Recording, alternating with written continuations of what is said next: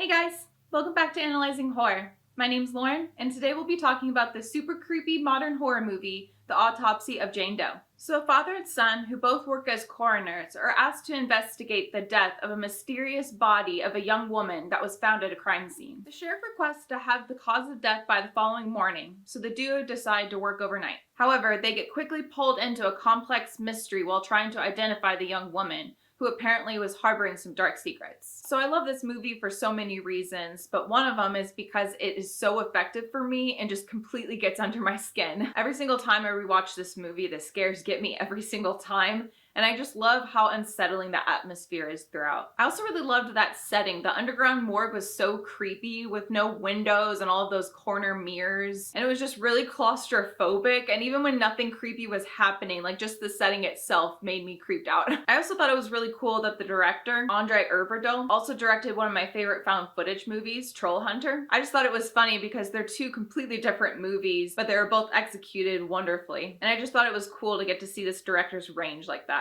So fair warning, I'm going to be talking about the storyline and some spoilers, so if you haven't seen the movie yet, make sure to pause, go watch the movie, and come back afterwards. Alright, let's get into my thoughts on The Autopsy of Jane Doe. I'd like to start off by talking about performances and my two favorite characters. So first off, I thought Brian Cox did a fantastic job as Tommy the dad. I always love whenever he's in a horror movie. Outside of this one, I really love him in The Ring and Trick or Treat. I don't know, he just seems really comfortable in this genre, and I think he's a fantastic actor, so I always love seeing him in a horror movie. In addition, I thought he played Tommy really well. I liked how he was both a boss to his son, but he was also a father figure, and you could just tell that he tried to balance both of those. Speaking of which, I thought Emil Hirsch did a great job as Austin the son. I liked how his character had some inner conflict where he wanted some freedom from his father as a young man, but he also loves his father, wants to be there for him. In addition, the majority of this movie are scenes of the two of them while investigating Jane Doe, and I just thought they did a great job carrying this movie, because outside of Jane Doe and I suppose the sheriff, they're the only characters that we know throughout this film. Okay,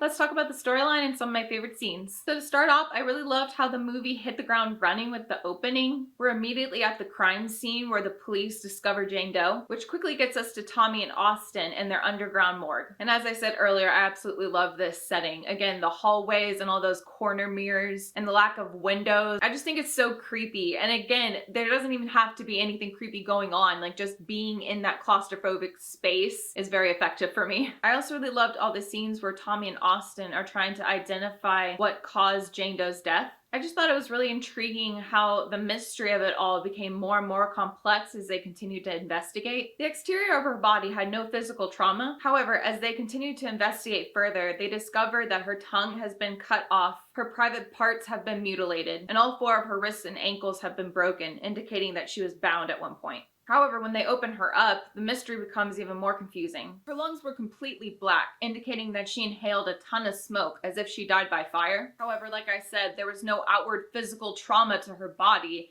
so there was no way that she could have been in a fire. There was also significant scar tissue on her heart and organs, indicating she must have been deeply stabbed, but once again, there was no outward physical evidence of this. They also found a few of her teeth wrapped in this cloth that had been shoved down her throat. At this point in the investigation, Tommy thinks he sees something and he begins to peel back her skin from her chest. That's when he discovers a bunch of markings on the underside of her skin. They look identical to tattoos, but it's physically impossible to get tattoos on the underside of your skin. So they were deeply disturbed and confused. They began to suspect that Jane Doe was involved in witchcraft and she was brutally tortured before being killed. All while investigating, a gigantic thunderstorm is brewing above them, and loud cracks of thunder can be heard as they're discovering these bizarre things. I really liked the addition of the thunderstorm. I felt like it made the whole scene so much more ominous, and you just knew something bad was about to happen. This is when strange things start to happen around Tommy and Austin. Their radio suddenly turns on, and the song Let the Sunshine In starts creepily playing. The lights go out, and the morgue doors to the corpses start opening by themselves. They're genuinely creeped out, and they begin to suspect that Jane Doe is behind all these paranormal events. So they decide to set Jane Doe on fire to try to release her hold on them. So they set the fire and she immediately goes up in flames. The fire becomes too big though, and Austin has to put it out so that they don't set the entire building on fire. After they put it out, they discover that Jane Doe was completely untouched by the fire. Completely unnerved and frankly scared at this point, Tommy and Austin try to make their way to the elevator to try and escape. It's at this point that the movie goes from unsettling to straight up terrifying. So for context, earlier in the movie, Tommy is explaining to Austin's girlfriend why they put bells on the toes of their corpses. He says it's an old tale and tradition to make sure that they're really dead. And if you were to hear a bell, that means that they are actually alive. So with that in mind, Tommy and Austin make their way to the elevator and they're struggling with the door when to their right, there's a dark hallway. And in the darkness, they start to hear a bell slowly getting closer and closer to them. I think this is my favorite scene in the movie, mostly because I think it's so cool the way the movie uses sounds and songs. There are times you get to see the actual corpse,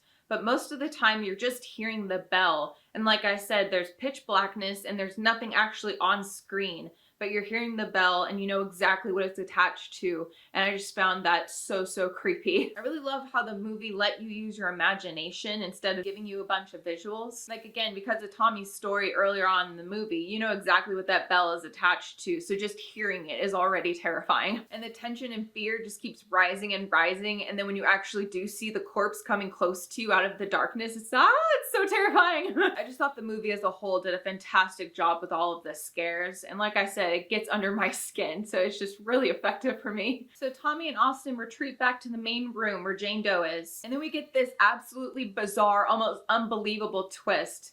Jane Doe is actually somehow still alive. She went through intense suffering during their investigation, and everything that had been going on that evening was her revenge on them. Desperate to protect his son, Tommy leans in and tells Jane Doe that she can have him. Just let my son go. And then we get this horrible scene where one by one, Jane Doe's injuries are being put upon Tommy. His ankles and wrists immediately break. His tongue is ripped out. He inhales a ton of smoke. He's repeatedly internally stabbed, and his eyes turn gray, whereas Jane Doe's eyes turn brown. And the scene is so hard to watch because poor Tommy is just continuously crying out in agony, as Austin can only look on helplessly and try to be there for his father in any way possible. After his father passes away in his arms, Austin makes his way up the stairs to the underground doors. He tries opening the doors, but they won't budge, so he starts to struggle with them. As he's struggling with the doors, he hears the sheriff's voice on the other side. And the sheriff keeps yelling, open up, open up. And poor Austin's like, I'm trying and they won't open. I'm trying, I can't. And the sheriff is just repeating, open up, open up. And poor Austin begins to cry at this point. And he's just like, I can't, they won't open, I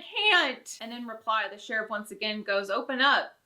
And then he goes, open up your heart and let the sun shine in. Dread spreads over poor Austin's face and he turns away from the underground doors. But he's suddenly startled by his deceased father's ghost appear in front of him out of nowhere. He jumps back, falls backward off of the staircase railing to his death. This ending is just so bleak and brutal. Plus, the movie indicates that Jane Doe is just getting started. Because of Tommy, she no longer has the injuries that she had at the very beginning of the movie. So it suggested that her powers are no longer handicapped. And the very last scene is Jane Doe being transported to another morgue. So it's only a matter of time until she does the exact same thing, if not something even worse, to someone else. And I feel like that's my only criticism of this movie. I really wanted to know more about Jane Doe, who she is, the whole witchcraft thing, and what happens after that very last scene. Like, I get how some movies want to just leave you with a bunch of mystery, and I can appreciate that, but she was so interesting, terrifying, but interesting. And I feel like if I could just pick one, I'd want to know what happens after that very last scene. Like, what is in store for the next person that's supposed to inspect her? Is this like the mummy? With each soul that she absorbs, does she get more and more powerful and then she becomes alive again? Or the whole witchcraft thing? Like, how is she able to look and appear deceased, but at the same time she can wield her powers? What was up with the teeth and the cloth down her throat? What was up with the tattoos underneath her skin? Did those give her powers, or did they handicap her powers? Like, what was going on there? Also, who is she? Where did she come from? I will say those questions being left up to be mysterious by the end of the movie left me a little bit annoyed. I will say, just because all of those questions are asked throughout this movie, I had hoped that we would get some answers by the end of the movie, but we didn't. And again, again, I can appreciate when a movie wants to provide mystery, but I really wanted some answers. And I'm not usually the type to beg for a sequel, but I would just love a sequel of this movie. I want to know what happens to Jane Doe after this ending. Does she go on a killing spree? Is she now all powerful? Like, tell us what happens next. Outside of just wanting all of the answers, I really loved this ending. I just think there's something really special about when a horror movie is able to fill you with dread and just completely get under your skin like this one does for me. To me, that just means the movie did its job. Plus, I can appreciate how the movie was unafraid to kill off our two main characters, basically our only two characters. I personally think that makes this movie all the more memorable. If one or both had survived, I don't know if the movie would be as memorable as it is for me. Plus, like I said earlier, I just think that the movie did such a great job with the scares. Just the way they were able to create fear and tension through just a noise and minimal visuals is so cool to me. Like, I'm usually the type that I want answers, right? Like, I want to see the creature, I want to see everything. But in this movie, just hearing that bell, like, I don't need to see the corpse. I know a corpse is attached to that bell, and that alone is absolutely terrifying to me. And I really love how the movie understands that and lets your imagination go wild. And lastly, and once again, that setting is just so creepy for me. The underground morgue with no windows and the corner mirrors, and just knowing that corpses are down there, like,